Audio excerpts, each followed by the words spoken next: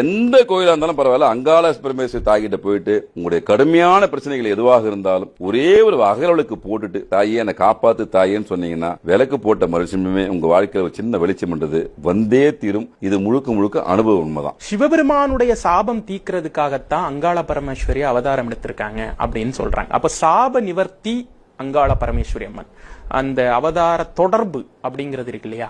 இல்ல, அது புராண காலத்துல தட்சன் யாகம் வந்திருக்கு இல்லையா? சாபங்களால நிறைய யாகங்கள் பூஜைகள் பல விஷயத்தை தடைப்படுது. சிவபெருமானுக்கு ஏற்பட்ட அந்த விஷயத்தை தடுக்கிறதுக்காக உருவாக்கப்பட்டது அங்காள பரமேஸ்வரி. பொதுவா நம்ம படித்த நூல்கள்லயும் நம்ம குருமார்கள் சொன்ன விஷயத்திலயும் நான் பிரதானமா சொல்லக்கூடிய விஷயம் என்னன்னா, இந்த பெண் சாபம் உள்ள நபர்கள் யாராக இருந்தாலும் ஜாதகத்தை தெரியும் இப்போ பார்த்தா சொல்லுவாங்க, ஐயா உங்களுக்கு பெண் சாபம் இருக்கு, இதை நிவர்த்தி பண்ணுங்கன்னு சொல்லுவாங்க. நான் நிறைய பேருக்கு குறிப்பிட்ட கோயில்லாம் சொல்ல மாட்டேன், அங்காள பரமேஸ்வரி தான் சொல்லுவேன். ஆமா போங்க, தாய்கிட்ட போய் நில்லுங்க. தெரிந்தோ தெரியாமையோ எங்க முன்னோர்களோ அல்லது நானோ என்னுடைய வம்சமோ பெண்கள் விஷயத்துல தவறான விஷயத்துக்கு போயிருந்தா அது பெண் சாபமா அந்த நிக்குதுன்னு சொல்றாங்க. அம்மா தாயே அப்படின்னு பெண்களாக இருந்தால் தயவு செஞ்சு போயிட்டு மடிப்பிச்சை கேளுங்க. ஐயா என் கணவருக்கு இந்த மாதிரி பிரச்சனை இருக்கு சொல்றாங்க, பெண் சாபம் இருக்குன்னு சொல்றாங்க, குடும்பத்திற்கு சொல்றாங்க. அப்படின்னும் போது அங்காள பரமேஸ்வரி கோயில் எங்கிருந்தாலும் தெய்வத்துக்கே வழி காமிச்சுவாங்க. தெய்வத்துடைய சாபத்தை போக்கிறதுக்காக வந்தவங்க நம்ம சாபத்தை போக்க மாட்டாங்களா? மூசை தேய்க்க மாட்டாங்களா? கண்டிப்பா.